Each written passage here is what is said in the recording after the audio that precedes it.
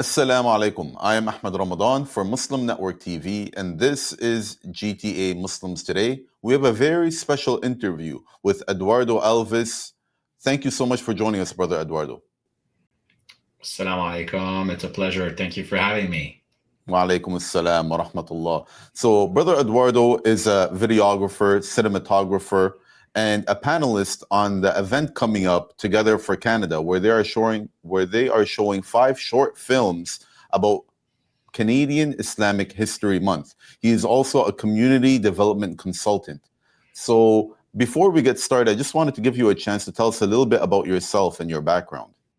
Yeah, thank you for the opportunity. So, I am originally from Brazil. I come from a Catholic background, and I was raised by a single mother in Montreal, where we migrated when I was 2 years old. And like most, single parent, my mom really struggled to raise me, unfortunately. God bless her. She did everything she could. But very early on in life, I was really left to fend for myself. And I would say that I was raised by the streets. And like most kids who are raised by the streets through, adolescence, it's a confusing time. And I ended up hanging out with a lot of bums and ended up really having a bit of a delinquent youth, if you can call it that way. And like most people, I saw Muslims as a threat.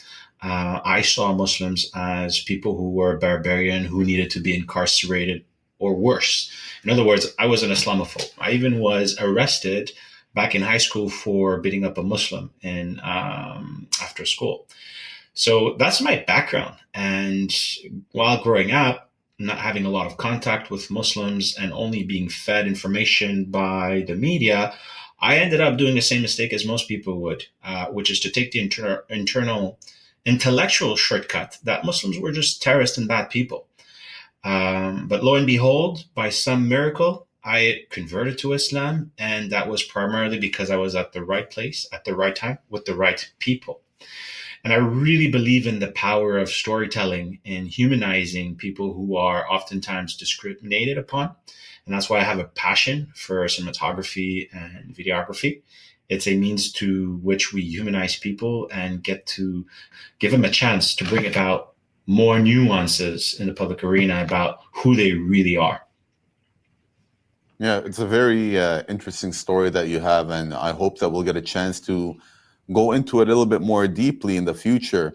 But I think it also shows how important it is the work that you're doing with this, film screening and in general with your videography and cinematography work.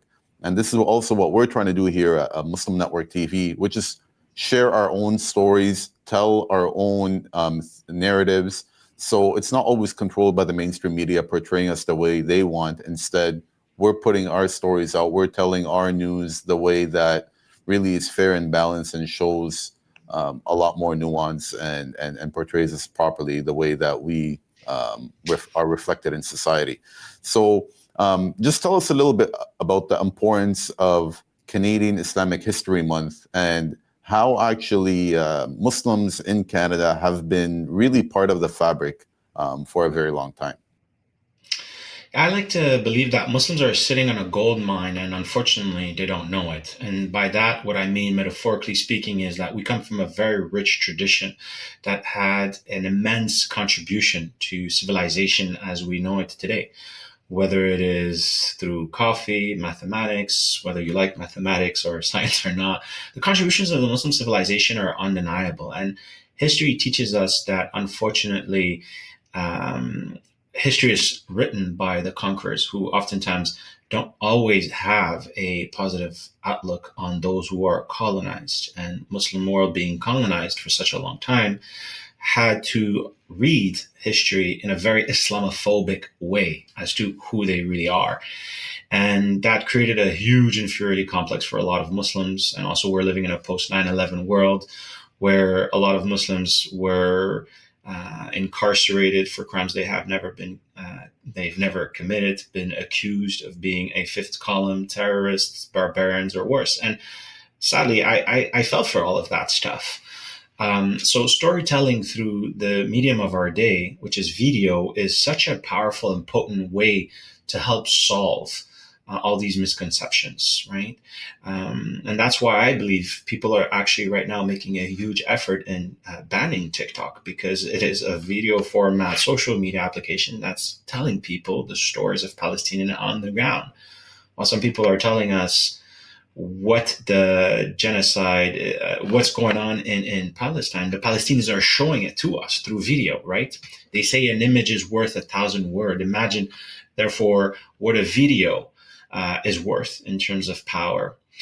And I really wanted to share human stories of ordinary, everyday people who are doing extraordinary things by just emphasizing that they are humans, just like you and I, who are doing the best with what they have.